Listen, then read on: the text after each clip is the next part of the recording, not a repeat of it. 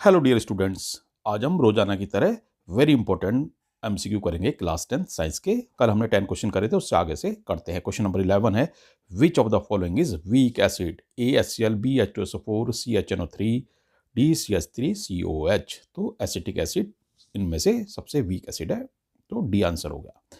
Which of the following is a natural indicator? A litmus, B red cabbage juice, C turmeric, D all of these. तो answer is D, ये सभी natural indicator हैं।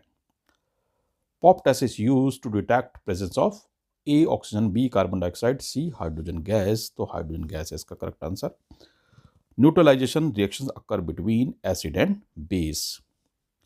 तो answer होगा acid and base.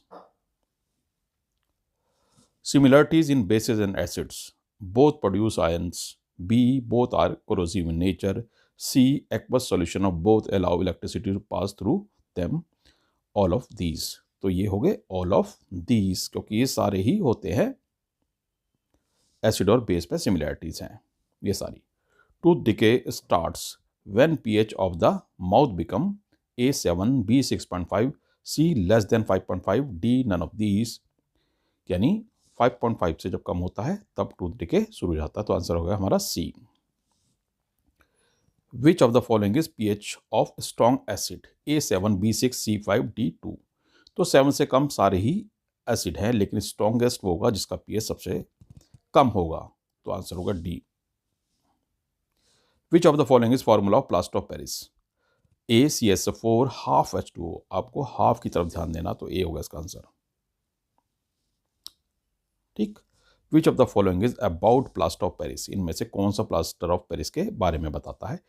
A it is use in plaster for curing broken bones, right है। It is use in making toys, ये भी ठीक है। C it is use in making surface of wall smooth and in decoration of wall, ये भी ठीक है। तो ये होगा D all of these. 20 what happen when chlorine gases pass in dry slaked line?